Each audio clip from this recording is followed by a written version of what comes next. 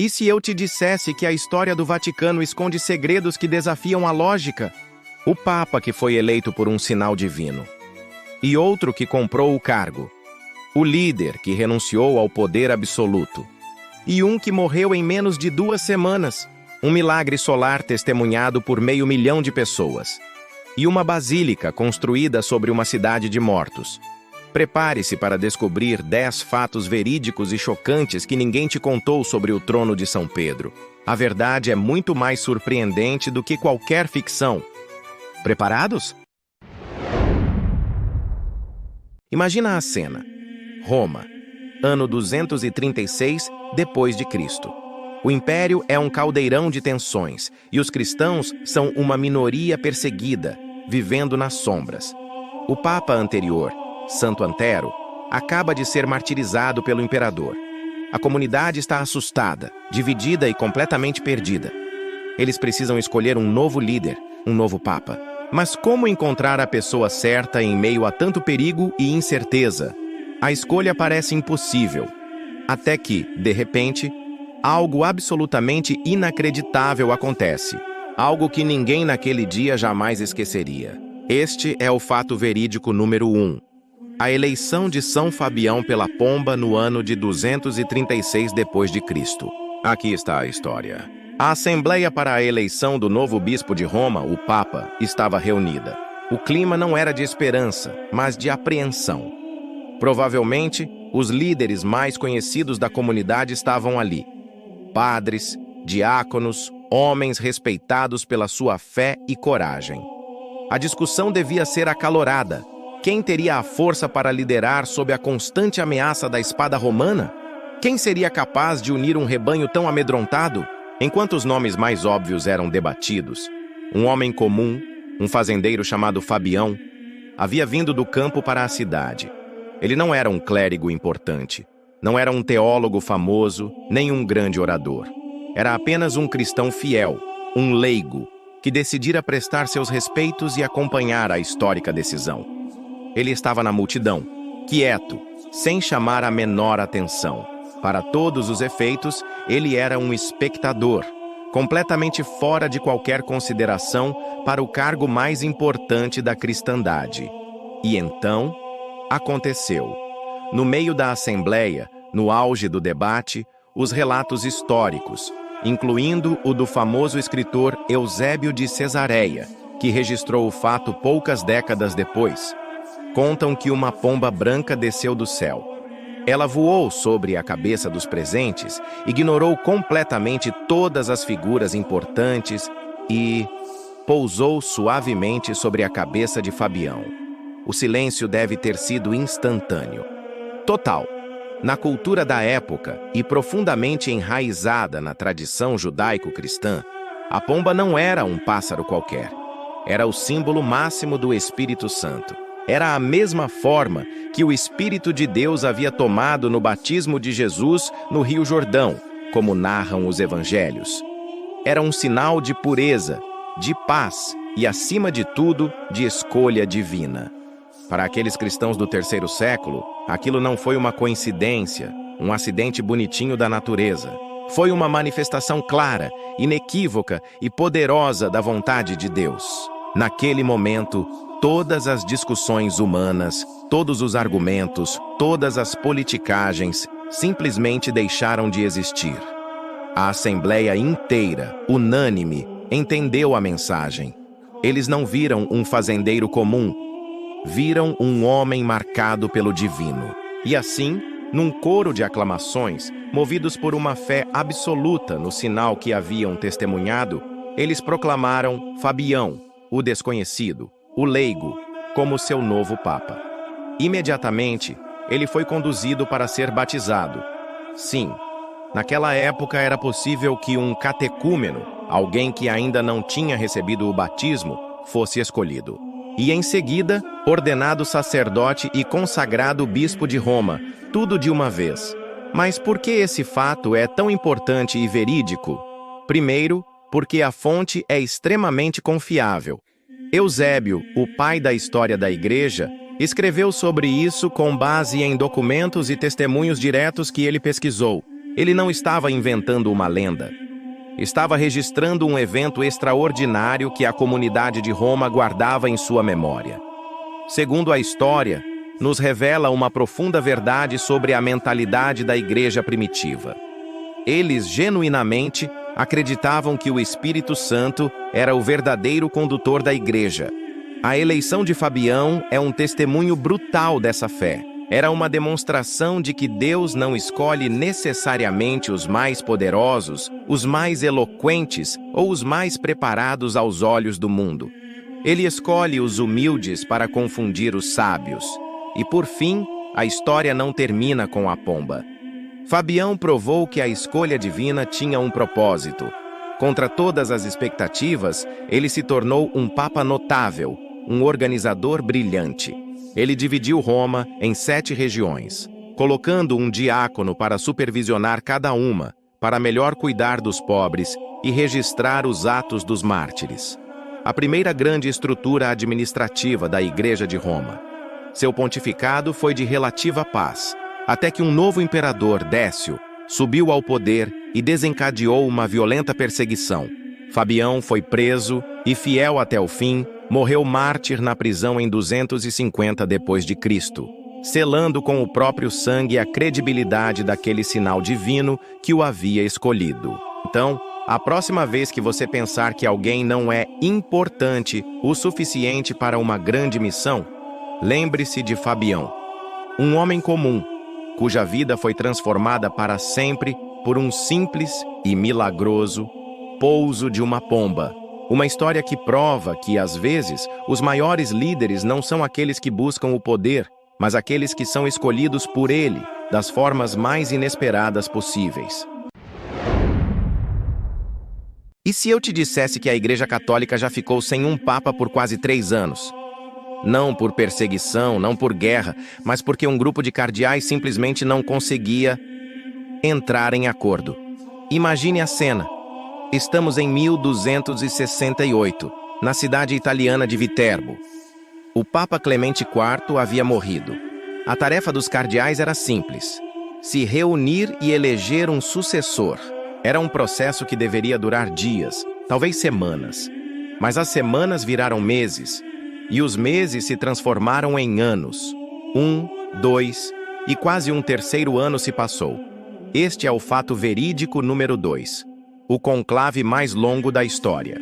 O que era para ser uma eleição, tornou-se um impasse épico, um verdadeiro drama político e humano que paralisou a igreja e deixou o mundo cristão em suspense. Por que tanta demora? A razão era pura política. O colégio de cardeais estava dividido em 2 facções poderosas, cada uma apoiada por uma família nobre italiana que queria colocar seu próprio candidato no trono de São Pedro. Os franceses, apoiados pelos Carlos de Anjou, e os italianos. Nenhum lado cedia 1 milímetro. Era um jogo de poder onde o orgulho e os interesses territoriais falavam mais alto do que o bem da igreja. Enquanto os príncipes da igreja debatiam em seus aposentos confortáveis, a situação fora do palácio se tornava insustentável. A cidade de Viterbo e toda a cristandade estavam exasperadas. Sem um papa, a máquina da igreja parou. Nomeações não eram feitas, decisões importantes não eram tomadas, e a fé do povo se transformava em piada e escândalo. O prefeito da cidade, um homem chamado Alberto de Montebono, e a população em geral já haviam tentado de tudo. Chegaram a destapar o telhado do palácio, onde os cardeais estavam reunidos, expondo-os ao tempo, na esperança de que o desconforto os apressasse. Não adiantou. Foi então que tomaram uma medida desesperada e radical, que entraria para a história como a primeira vez que se usou o conclave no sentido literal da palavra. A palavra conclave vem do latim conclave, que significa com chave, e foi exatamente isso que fizeram. Os cardeais foram literalmente trancados à chave. As portas do palácio foram seladas, soldados foram postos de guarda, e a medida mais extrema de todas foi decretada. A dieta foi restrita a pão e água, nada de vinho, nada de carnes suculentas, nada de banquetes finos. A mensagem do povo de Viterbo era clara. Senhores cardeais, vocês não sairão daí até elegerem um papa, e enquanto não o fizerem, comerão como os mais humildes dos monges. A combinação de claustrofobia e fome funcionou como um milagre. O impasse que durara 2 anos, 9 meses e 2 dias foi quebrado em poucos dias. Privados de seu conforto e do luxo a que estavam acostumados, pressionados pelo desespero do mundo exterior, os cardeais finalmente chegaram a um acordo. Eles não escolheram nenhum dos candidatos das facções em guerra. Em vez disso, optaram por um compromisso. Elegeram um homem que nem estava presente no conclave, o arquidiácono de Liege, na atual Bélgica, Teobaldo Visconti. A ironia é sublime. O homem escolhido era um erudito pacífico, que estava em uma longa peregrinação à Terra Santa quando soube de sua própria eleição. Ele precisou voltar correndo para a Itália, foi ordenado sacerdote, pois era apenas diácono, e só então consagrado papa, adotando o nome de Gregório X. O legado mais duradouro desse episódio quase cômico, se não fosse trágico, não foi apenas o pontificado de Gregório X, mas uma mudança permanente na lei da Igreja. Para garantir que aquela loucura nunca mais se repetisse, o novo Papa decretou no Concílio de Lyon, em 1274, as regras formais do conclave. As regras eram inspiradas diretamente no Tratamento de Viterbo. Os cardeais devem ser isolados do mundo exterior, trancados. Se a eleição se arrastar por demasiado tempo, suas refeições devem ser progressivamente reduzidas. Então, da próxima vez que você vir uma fumaça branca saindo da Capela Sistina depois de alguns dias, lembre-se do conclave de Viterbo. Lembre-se de que a tradição de trancar os cardeais até que eles tomem uma decisão nasceu não de uma cerimônia solene, mas da pura e simples frustração de um povo que cansou de esperar. Foi a raiva pública que forçou a criação de uma das tradições mais icônicas do Vaticano. E isso nos mostra que, às vezes, até as instituições mais sagradas precisam de um pequeno empurrão. O que leva um homem a alcançar o cargo mais alto do mundo cristão, o ápice do poder espiritual, o trono de São Pedro? E voluntariamente, após apenas 5 meses, dizer não, obrigado e abrir mão de tudo. Esta não é a história de Bento XVI em 2013. Esta é a história original, a primeira e mais dramática renúncia da história papal. A história de um homem que preferiu a solidão de uma cela à grandiosidade de um palácio. Este é o fato verídico número 3. A renúncia voluntária do Papa Celestino V. Nosso cenário é a Itália, em 1294. A situação era caótica. Após a morte do Papa Nicolau IV, os cardeais, mais uma vez, entraram em um impasse mortal. Desta vez, o conclave durou 2 anos e 3 meses. A cristandade estava, mais uma vez, sem rumo e desesperada por um líder. Foi então que uma figura completamente inesperada entrou em cena. Pietro da Morrone, um monge eremita de 85 anos. Ele não era um cardeal, um diplomata ou um príncipe da igreja. Ele era um homem conhecido por sua santidade extrema, por sua vida de pobreza absoluta, oração e isolamento nas montanhas dos Abruzos. A lenda conta que, frustrados, os cardeais receberam uma carta profética de Pietro, advertindo-os da ira de Deus se não escolhessem um papa. Para alguns, aquilo foi um sinal.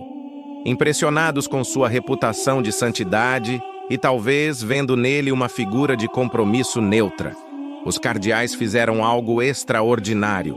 Elegeram o velho eremita como papa. Imagine Pietro da Morrone.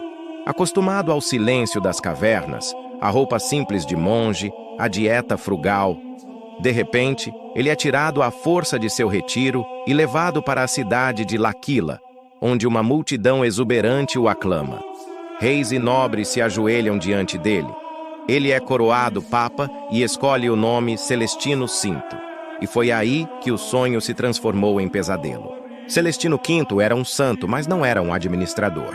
Ele era um peixe completamente fora d'água na complexa e venenosa política do papado medieval. Ele não entendia as intrigas da corte, os favores políticos, a máquina burocrática. Percebeu rapidamente que o poder que recebera não era uma bênção, mas uma armadilha perigosa para sua alma. Ele tentou se adaptar. Chegou a criar uma nova regra, permitindo que cardeais vivessem como eremitas dentro do próprio Vaticano. Uma ideia que, obviamente, não deu certo. Mas logo ficou claro para todos, e principalmente para ele, que aquele não era seu lugar. O poder real por trás do trono era o rei Carlos II de Nápoles, que manipulava o papa idoso e ingênuo para seus próprios interesses. Celestino via a corrupção ao seu redor e se sentia incapaz de detê-la. Percebeu que, ao aceitar o papado, ele não estava servindo a Deus, mas sim se tornando um instrumento de ambições terrenas. Então, após consultar experts em direito canônico e convencido de que tinha o direito e o dever de fazê-lo, Celestino V tomou a decisão mais chocante do século XIII. No dia 13 de dezembro de 1294, perante o consistório de cardeais atônitos e provavelmente horrorizados, ele leu uma declaração formal de renúncia. Ele abdicou do papado. Seu pontificado durou apenas 5 meses e 8 dias. Seu motivo foi simples e profundo. Pela minha humildade, pelo meu desejo de uma vida mais perfeita, pela minha consciência, pela fraqueza do meu corpo e a malícia dos homens. Em outras palavras, ele renunciou para salvar sua própria alma. A vida após a renúncia, porém, não foi tranquila. Seu sucessor, Bonifácio VIII, um político feroz e ambicioso, viu em Celestino uma ameaça. Temia que alguns o considerassem o verdadeiro Papa e usassem sua figura para criar um cisma. Para evitar isso, Bonifácio ordenou que o velho eremita fosse preso. Celestino V tentou fugir para sua antiga vida, mas foi capturado e mantido em confinamento em uma fortaleza, onde morreu menos de um ano depois, em 1296. A história de Celestino V é uma tragédia e um testemunho de integridade. Ele é uma das únicas 5 figuras na história a carregar o título de Papa que renunciou.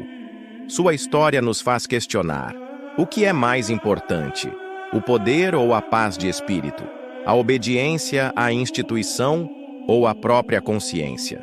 Dante Alighieri, em sua Divina Comédia, parece condenar Celestino ao colocar na boca de um personagem no inferno a frase "aquele que fez por vilania o grande refuto", talvez vendo a renúncia como uma covardia. Mas para a maioria, São Celestino V é o homem que preferiu a simplicidade de Deus à complexidade do poder. Apesar da renúncia, ele foi canonizado em 1313, um homem que, no fim das contas, escolheu ser fiel a si mesmo. O que é preciso para entrar para a história como o Papa com o pontificado mais curto de todos os tempos? Uma guerra? Um assassinato? Uma conspiração? Não. Às vezes, basta um inimigo invisível e implacável que não respeita títulos ou coroas. Esta é a história de um homem que alcançou o pináculo da Igreja Católica, mas não viveu o suficiente para sequer ser coroado. Este é o fato verídico número 4. O Papado Relâmpago de Urbano VII. Estamos no ano de 1590. A cidade de Roma ainda respirava o ar da Renascença, mas também era um lugar de doenças, superstições e condições sanitárias precárias. O Papa Sisto V, um homem de pulso firme que havia reformado as finanças do Vaticano e deixado sua marca na arquitetura da cidade, havia morrido. O conclave se reuniu e, em um processo relativamente rápido, especialmente para a época, elegeu um candidato de consenso, o cardeal Giovanni Battista Castagna, um homem de 69 anos, experiente, que havia servido como diplomata papal em várias cortes europeias e era conhecido por sua inteligência e caráter íntegro. Ele era uma escolha segura, um administrador competente. Ele aceitou a eleição e adotou o nome de Urbano VII. A data era 15 de setembro de 1590. O mundo católico tinha um novo líder. Mas enquanto os preparativos para sua coroação Uma cerimônia monumental que marcaria oficialmente o início de seu governo, estavam a pleno vapor. Uma sombra já pairava sobre Roma. A malária, uma doença endêmica e mortal transmitida por mosquitos, assolava a região, especialmente nos meses finais de verão. E Urbano VII, infelizmente, não escapou. Poucos dias após sua eleição, ele foi picado por um mosquito infectado e caiu gravemente doente. A febre alta, os calafrios e o suor debilitante tomaram conta do novo Papa. Os melhores médicos do Vaticano foram chamados, mas suas sangrias e poções mágicas eram completamente inúteis contra a doença. Por 13 longos dias, a Igreja e a cidade de Roma assistiram impotentes à agonia do seu pastor. O homem que deveria liderar os fiéis estava preso a uma cama, seu pontificado reduzido a um breve intervalo entre a eleição e a morte. No dia 27 de setembro de 1590, apenas 13 dias após ter sido escolhido, o Papa Urbano VII faleceu. Sem nunca ter usado a tiara papal, sem nunca ter sido entronizado, sem nunca ter governado de fato. Seu legado, no entanto, não foi totalmente apagado pela brevidade de seu tempo no cargo. Em seu testamento, ele deixou uma quantia significativa para o dote de moças pobres e carentes de Roma, um ato de caridade que sobreviveu à sua memória. Mas sua ação mais famosa, e talvez a mais simbólica de um governo que não aconteceu, foi o primeiro decreto papal contra um vício muito específico, o tabaco. Urbano VII ameaçou excomungar qualquer pessoa que fumasse ou cheirasse tabaco dentro de uma igreja. Era uma proibição sobre a irreverência e o respeito aos locais sagrados, mostrando que, mesmo em seu curto espaço de tempo, ele estava pensando na disciplina da igreja.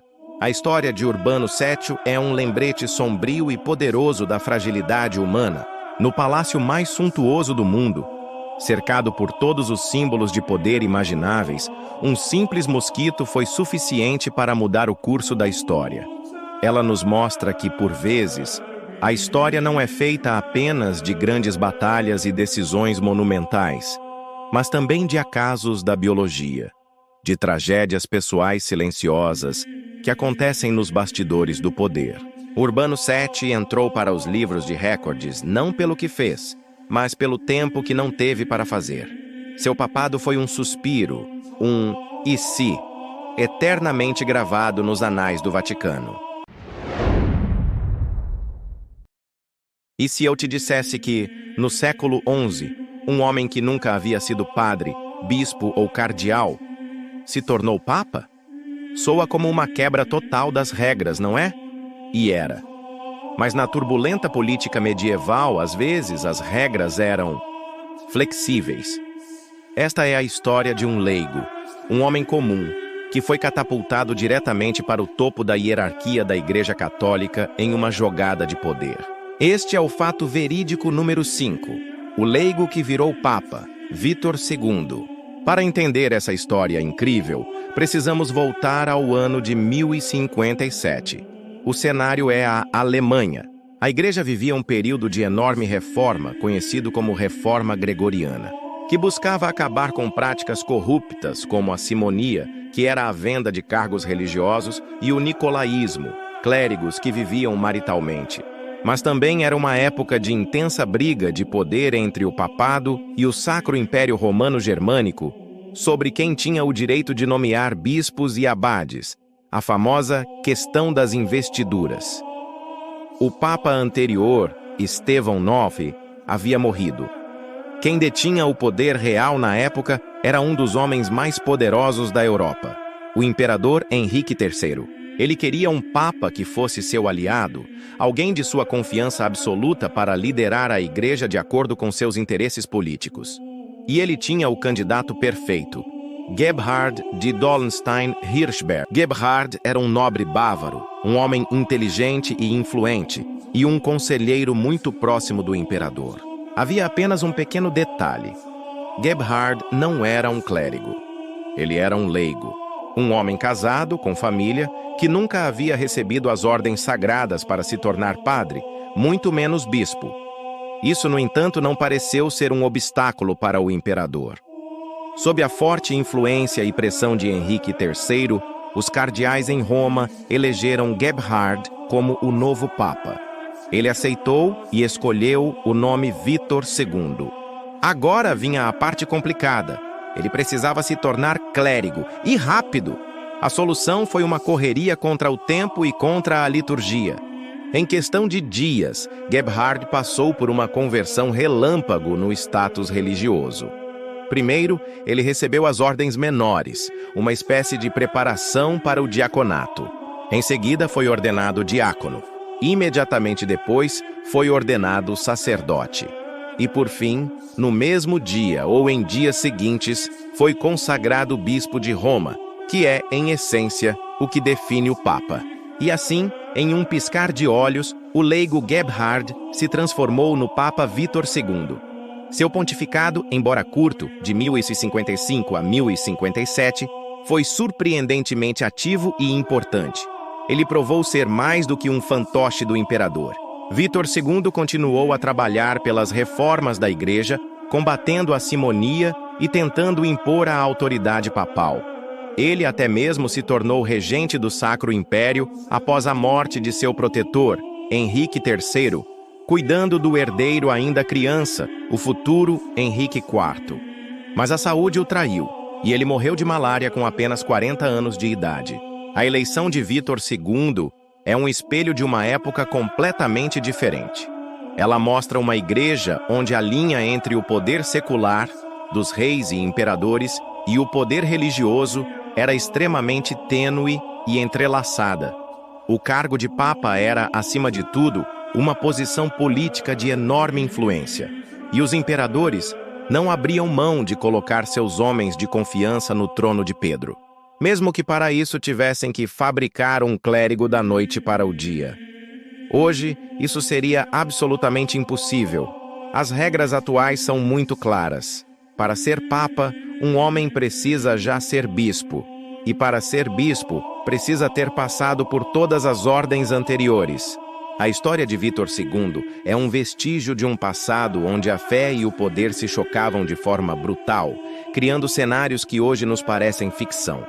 Ele nos lembra que a Igreja é uma instituição que viveu inúmeras transformações ao longo de seus 2 milênios. E que no meio de tudo isso, até um homem comum, sem ordens sagradas, pode, por um capricho do destino e do poder, acabar se tornando o líder de milhões de fiéis. Imagine um milagre solar como o de Fátima, mas no coração do Vaticano.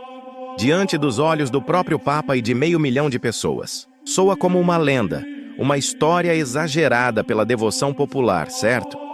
Mas e se eu disser que este evento está registrado em jornais da época, em relatos de fiéis céticos e em fotografias que ainda hoje intrigam especialistas? Este é um dos episódios mais extraordinários e menos comentados da história moderna do Vaticano. Este é o fato verídico número 6, o milagre do Sol no Vaticano. O ano era 1950. O mundo ainda se recuperava dos horrores da Segunda Guerra Mundial.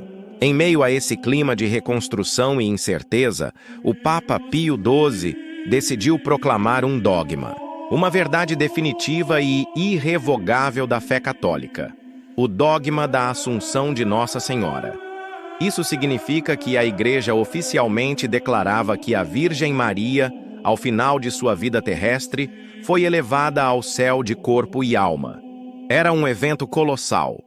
No dia 1º de novembro, Dia de Todos os Santos, uma multidão estimada em 500 mil de peregrinos lotou a Praça de São Pedro para a solene cerimônia. A expectativa era palpável. O Papa Pio XII, conhecido por sua profunda devoção mariana e por ser um homem de intensa vida espiritual, estava no centro desse momento histórico. Foi então que, segundo inúmeros testemunhos, algo inexplicável começou a acontecer. O céu, que estava nublado e chuvoso, de repente se abriu. E o sol, visível a olho nu, começou a se comportar de maneira absolutamente anormal. Relatos da época, incluindo o do próprio Papa, descrito em seus escritos pessoais, Contam que o sol não era ofuscante, mas parecia um disco opaco de prata, girando freneticamente sobre si mesmo como uma roda de fogo. Ele emitia raios de luz colorida, tons de púrpura, verde, azul e amarelo, que pintavam as nuvens, as pessoas e a própria basílica com cores surrealistas. O fenômeno não foi um breve clarão. Testemunhas oculares, como o fotógrafo da Associated Press, disse que durou cerca de 20 a 30 minutos. Ele girou, dançou no céu, e o mais assustador para alguns pareceu precipitar-se em zigue-zague sobre a multidão aterrorizada, como se fosse cair sobre a terra antes de voltar calmamente ao seu lugar no firmamento. Aqui reside a grande questão. O que foi aquilo? A ciência oferece algumas explicações possíveis, como um raro fenômeno óptico de refração da luz, parélio, ou até mesmo os efeitos de pessoas olharem fixamente para o sol, o que pode causar queimaduras na retina e induzir a imagens posteriores coloridas. No entanto, nenhuma explicação convencional conseguiu dar conta de todos os elementos descritos. A duração, a mudança dramática no clima, o movimento preciso do sol e o fato de ter sido testemunhado por tantas pessoas, incluindo astrônomos amadores e jornalistas céticos que estavam lá apenas para cobrir o evento religioso. Para a fé daqueles que estavam presentes, não havia dúvida. Foi um sinal, uma confirmação divina da proclamação do dogma. O próprio Papa Pio XII, em escritos privados, referiu-se ao evento como uma experiência que o encheu de consolação e certeza, vendo-o como uma aprovação celestial de uma das decisões mais importantes de seu pontificado. O milagre do Sol, do Vaticano, permanece até hoje como um dos eventos mais fascinantes e controversos do século XX. Seja uma intervenção divina direta, um fenômeno natural perfeitamente sincronizado, ou uma combinação de devoção e percepção humana, ele se tornou parte indelével da história. É um poderoso lembrete de que, mesmo numa era de crescente ceticismo, o mistério e o assombro ainda podem surgir de forma espetacular no cenário mundial, desafiando explicações e alimentando a fé de milhões. O que é preciso para ser Papa? Fé inabalável, profundos conhecimentos teológicos, uma liderança nata e ser homem. Essa última parte parece óbvia, certo? A Igreja Católica não ordena mulheres ao sacerdócio. Mas e se eu te disser que, supostamente, houve uma época em que os cardeais não confiavam nem na própria sombra e precisavam de uma prova física para ter certeza de que o homem que elegiam era de fato um homem? Esta é uma das lendas mais bizarras e fascinantes que cercam o papado. A história das sedes estercoraria, a cadeira perfurada. Este é o fato verídico número 7. A cadeira perfurada do conclave medieval. A lenda é tão peculiar quanto o seu nome. Reza a tradição que, durante a cerimônia de coroação de um novo papa na Idade Média, um ritual secreto e um tanto humilhante era realizado. O pontífice eleito era conduzido até uma cadeira especial de mármore ou madeira, com um assento oco e um buraco no meio. Vestido com as suas novas e luxuosas vestes, ele era convidado a sentar-se nesta cadeira. Enquanto estava sentado, um diácono júnior, ou talvez um cardeal, teria a tarefa nada glamurosa de se ajoelhar e verificar, através do buraco, a presença dos testículos do eleito. Após a inspeção visual bem-sucedida, a história diz que ele gritaria para a multidão ansiosa do lado de fora da sala a frase latina "Testiculus habet et bene pendentes", que traduzindo de forma direta e chocante significa "ele tem testículos e bem pendurados". Só então, perante esta confirmação da masculinidade e virilidade do novo Papa, a Assembleia explodiria em aplausos e o ritual de coroação prosseguia. A justificativa para este procedimento aparentemente grotesco remonta a uma lenda medieval persistente, a lenda da Papisa Joana. A história, completamente fictícia, mas amplamente acreditada na época, dizia que uma mulher extremamente inteligente e instruída se disfarçou de homem, subiu na hierarquia da Igreja e foi eleita Papa no século IX, reinando por alguns anos até que o seu embaraço foi revelado quando ela entrou em trabalho de parto durante uma procissão.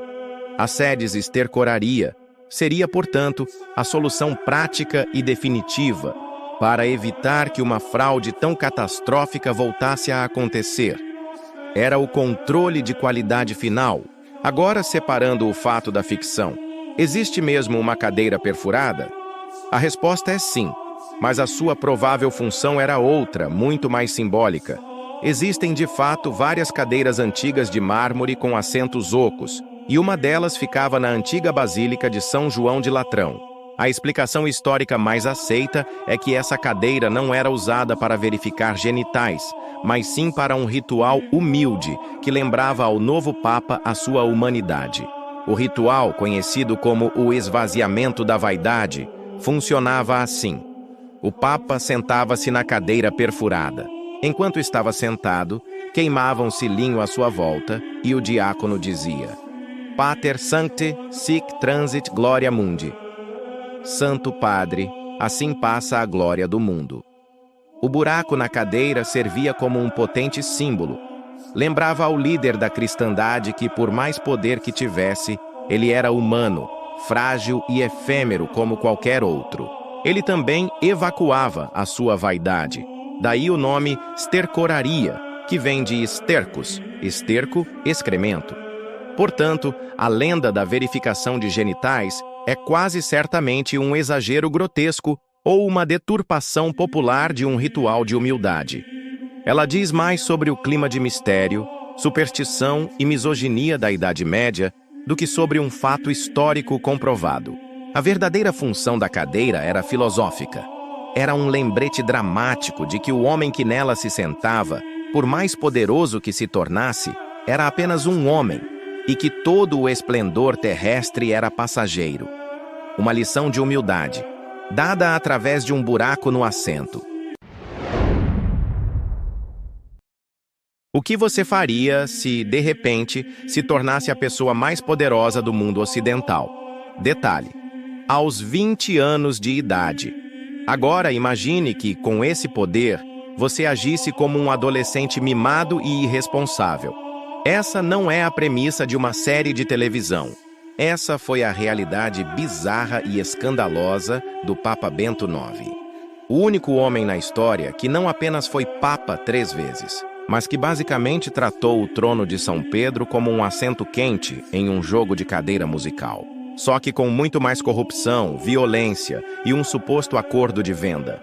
Este é o fato verídico número 8. O Papa que governou 2 vezes. Bento IX, século XI. Estamos no ano de 1032. Roma não é a cidade gloriosa de outrora. É um campo de batalha controlado por famílias aristocráticas ricas e violentas que brigam pelo controle do papado como se fosse um troféu. A mais poderosa delas era a família Túsculo. O Papa anterior, João XIX, morreu, e seu irmão, Alberico III, o chefão dos Tuscolo, decidiu que seu sucessor seria seu sobrinho. O problema? O garoto, Teofilato de Túsculo, tinha apenas uns 20 anos de idade. E, pelos relatos da época, 0 vocação religiosa. Era um jovem imaturo, dado a festas, excessos e com uma reputação de ser profundamente pecaminoso e dissoluto. Mesmo assim, com o poder e o dinheiro de sua família, ele foi imposto ao trono e adotou o nome de Bento IX. Seu primeiro pontificado, 1032-1044, foi tão ruim quanto se poderia esperar. Crônicas da época, escritas por monges e clérigos horrorizados, descrevem-no como um demônio em forma de papa. Transformou o Palácio de Latrão num antro de libertinagem e violência. Disse que cometia adultério, sodomia e até assassinatos. A situação ficou tão insustentável que, em 1044, a população romana, cansada de seus escândalos, se revoltou e expulsou-o de Roma à força. Aqui começa a novela. Um novo Papa, Silvestre III, foi eleito. Mas Bento IX, longe de aceitar a derrota, era um Tuscolo. Ele fugiu, reuniu um exército de seus partidários E, em março de 1045, voltou a Roma, expulsou Silvestre III e reassumiu o papado. Era a sua segunda vez no cargo. E então veio o capítulo mais surreal de todos. Cansado de toda aquela confusão, ou mais provavelmente, querendo casar-se. Sim, você escutou certo. Bento IX decidiu que queria sair de cena, mas ele não iria embora de mãos vazias. Havia um homem muito piedoso e respeitado, o arcipreste João Graciano, que sonhava em reformar a igreja e acabar com toda aquela corrupção. Bento IX viu uma oportunidade. Ele se aproximou de Graciano e fez uma proposta que não poderia ser mais direta. Você me paga uma fortuna em ouro e prata, e eu te dou o papado. É difícil para nós imaginarmos a dimensão desse crime, chamado de simonia, a compra e venda de cargos e coisas sagradas. Ele estava literalmente colocando o papado à venda. E, incrivelmente, João Graciano aceitou. Ele acreditava, de forma talvez ingênua, que era a única maneira de tirar aquele homem perigoso do poder e colocar a igreja nos eixos. A transação foi feita e Graciano subiu ao trono como Papa Gregório VI. Era maio de 1045. Bento IX, agora rico, deixou Roma. Só que a história não acaba aí. Alguns meses depois, Bento IX parece ter se arrependido da venda, ou gastado todo o dinheiro. Ele decidiu que queria seu antigo emprego de volta. Então, no final de 1045, ele voltou a Roma e declarou que, na verdade, ainda era o Papa legítimo. Por um breve período caótico no final de 1046 e início de 1047, Roma teve 3 papas reivindicando o cargo ao mesmo tempo. Bento IX, o vendedor, Gregório VI, o comprador, e Silvestre III, o que havia sido expulso no início. Foi um escândalo de proporções épicas, o auge do que os historiadores chamam de a Idade das Trevas do Papado. A situação só foi resolvida quando o Sacro Imperador Romano, Henrique III, desceu à Itália e impôs ordem. Ele depôs formalmente os 3 e nomeou um papa novo e decente, Clemente II. Bento Nobre foi excomungado e fugiu para suas propriedades, onde morreu anos depois, impenitente. A sua história grotesca não foi em vão.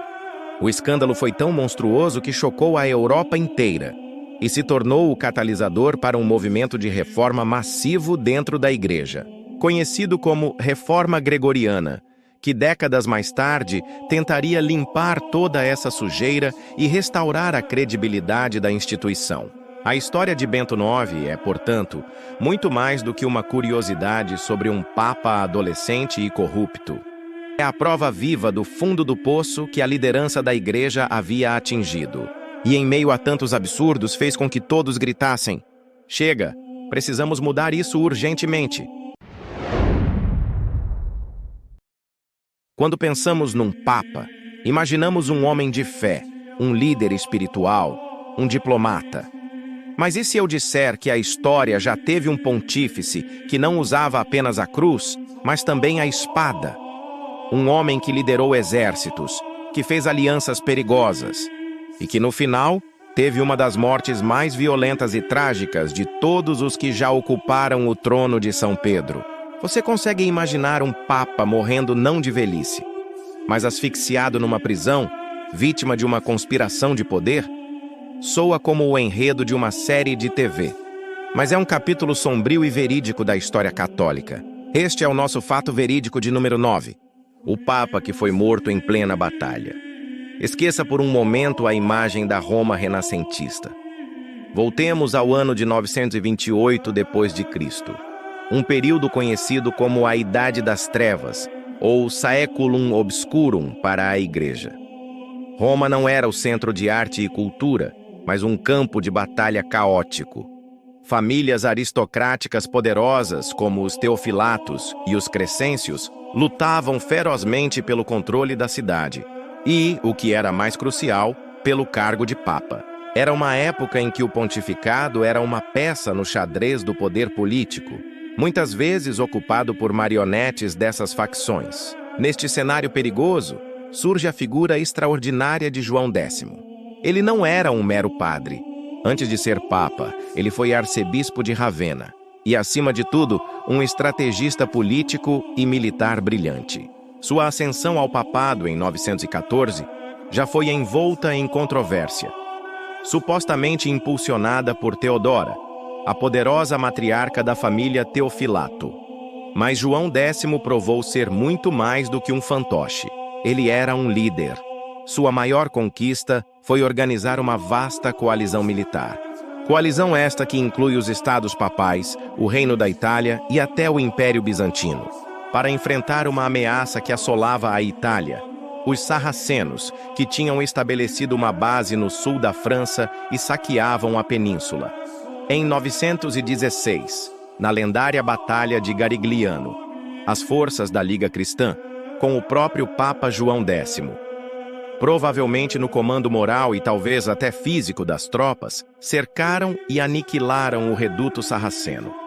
Foi uma vitória retumbante, uma cruzada bem-sucedida décadas antes das cruzadas ao Oriente se popularizarem. João X estava no auge de seu poder, um papa guerreiro que livrou a Itália de um grande mal.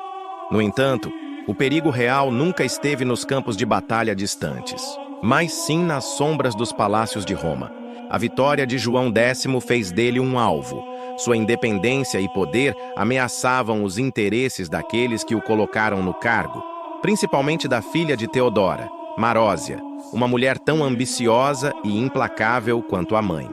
Marósia via em João X um obstáculo ao seu domínio absoluto sobre Roma. Ela tramou contra ele, aliando-se a seus inimigos. O que se seguiu foi um golpe de Estado. As tropas de Marósia invadiram Roma e atacaram o Laterano. O Papa, que havia enfrentado exércitos sarracenos, foi capturado dentro de seus próprios domínios. João X foi preso, humilhado e lançado nas masmorras do Castelo Sant'Angelo, na época uma fortaleza que guardava a entrada de Roma. E foi lá, entre aquelas paredes frias, que a história deste Papa guerreiro chegou ao seu fim horrível e anticlimático. Ele não morreu em combate com honra, mas foi sufocado até a morte com um travesseiro, assassinado por ordens de Marósia em 928. Sua morte não foi um simples assassinato, foi uma declaração de poder. Marósia queria demonstrar que ela, e não o Papa, era a verdadeira soberana de Roma. Nos anos seguintes, ela colocou no trono papal seu próprio filho, que se tornou o Papa João XI. A história de João X é um conto brutal sobre a ambição desmedida e a fragilidade do poder em tempos conturbados. É um lembrete chocante de que houve uma era em que a sobrevivência de um papa dependia menos de sua fé e mais de sua habilidade com a espada e com a política. E de que, às vezes, nem isso era suficiente contra a traição que vinha de dentro de casa. Ele foi um dos papas mais fortes e capazes de seu tempo. E seu trágico fim marca um dos pontos mais baixos e sombrios da história do papado. O que esconde o chão sagrado sobre o qual você pisa? Imagine entrar na Basílica de São Pedro, no Vaticano. É de cair o queixo. O mármore, o ouro, a imensa cúpula de Michelangelo. Tudo grita grandeza e poder. Mas agora, feche os olhos e imagine que sob seus pés, a uns 10 metros de profundidade, existe uma cidade silenciosa de mortos. Não uma cidade qualquer, mas uma antiga necrópole romana, com ruas de túmulos, mausoléus decorados e inscrições milenares. E no centro exato de tudo isso, bem debaixo do altar papal, o que os arqueólogos acreditam ser os ossos do próprio pescador de Galileia, Simão Pedro. Esta não é lenda. É a comprovação científica de que a maior igreja da cristandade foi construída sobre um cemitério para guardar seu maior segredo. Este é o fato verídico número 10. A Basílica de São Pedro, construída sobre um cemitério. A história começa no século I depois de Cristo. A colina do Vaticano não era o centro do mundo cristão. Era um subúrbio de Roma do outro lado do rio Tibre. Era uma área pantanosa e insalubre, mas também o local de um circo construído pelo imperador Calígula e depois ampliado por Nero. E crucificavam-se criminosos e indesejáveis. A tradição cristã, desde sempre, diz que o apóstolo Pedro foi martirizado neste circo. Crucificado de cabeça para baixo por volta do ano 64 ou 67 d.C., durante a perseguição de Nero. Como era costume, seu corpo teria sido entregue aos cristãos romanos para ser sepultado na necrópole próxima, numa humilde cova. Por quase 250 anos, os cristãos, clandestinamente, veneraram esse local. Em 326 d.C., o primeiro imperador cristão Constantino decidiu marcar o local para sempre. Ele enfrentou um desafio de engenharia colossal. A colina era íngreme e o cemitério estava em declive. Sua solução foi radical, típica da ambição romana: aterrar a colina inteira. Ele mandou seus trabalhadores cobrirem a necrópole com terra, criando uma plataforma plana e sólida. Sobre essa base, ele ergueu a primeira e colossal Basílica de São Pedro, posicionando o altar exatamente sobre o ponto que a tradição indicava como o túmulo do apóstolo. Durante séculos, isso foi uma questão de fé. Mas no século XX, a ciência entrou em cena. A pedido do Papa Pio XII, em 1939, começaram as escavações sob a basílica. O que encontraram foi algo saído de um filme de Indiana Jones. Os arqueólogos descobriram uma cidade dos mortos perfeitamente preservada. Como a terra de Constantino selou tudo como uma cápsula do tempo, os mausoléus pagãos e cristãos estavam intactos, com suas pinturas, mosaicos e inscrições ainda vibrantes. Eles literalmente abriram uma janela para o século I. Seguindo uma avenida de túmulos, eles encontraram um ponto focal. Um pequeno monumento simples, do século II, construído para marcar e proteger um local específico. E as pistas eram irresistíveis. Grafite nas paredes próximas com inscrições como "Petrus está aqui" e "Pedro roga por nós". Dentro desse nicho, na década de 1950, foram encontrados ossos de um homem idoso, robusto e sem pés. A tradição diz que Pedro foi crucificado de cabeça para baixo e cortar os pés era uma maneira prática de retirar o corpo da cruz. O Papa Paulo VI anunciou em 1968 que, após minuciosos exames, havia provas convincentes de que aqueles eram, de fato, as relíquias de São Pedro. A ciência nunca poderá provar com 100% de certeza, mas todas as evidências, sejam elas arqueológicas, históricas e tradicionais, apontam na mesma direção. Portanto, a próxima vez que vir uma imagem da Basílica de São Pedro, lembre-se: sua verdadeira fundação não é de concreto ou mármore. É uma colina de terra, preenchida com a fé dos primeiros cristãos, que acreditavam que aquele pedaço de terra comum guardava a semente da sua igreja. O humilde túmulo de um pescador que se tornou a pedra fundamental de um império de fé. A basílica não foi construída perto do túmulo de Pedro. Ela foi literalmente construída sobre ele, selando para sempre a conexão entre a humildade das origens e a grandiosidade de uma história de 2000 anos. Gostou de descobrir alguns dos fatos verídicos mais intrigantes do Vaticano? Curta agora mesmo. E não se esqueça de se inscrever no canal, compartilhar e ativar o sininho para ser o primeiro a desvendar mais mistérios que permeiam a Igreja Católica. Comenta aqui qual fato foi mais chocante: a eleição por uma pomba, a venda do papado ou a renúncia radical? Sua opinião é muito importante para nós. Não deixe o algoritmo esconder a verdade de você. Clique, inscreva-se e junte-se a mais investigações. Muito obrigado por prestigiar o canal. Você é sempre bem-vindo por aqui.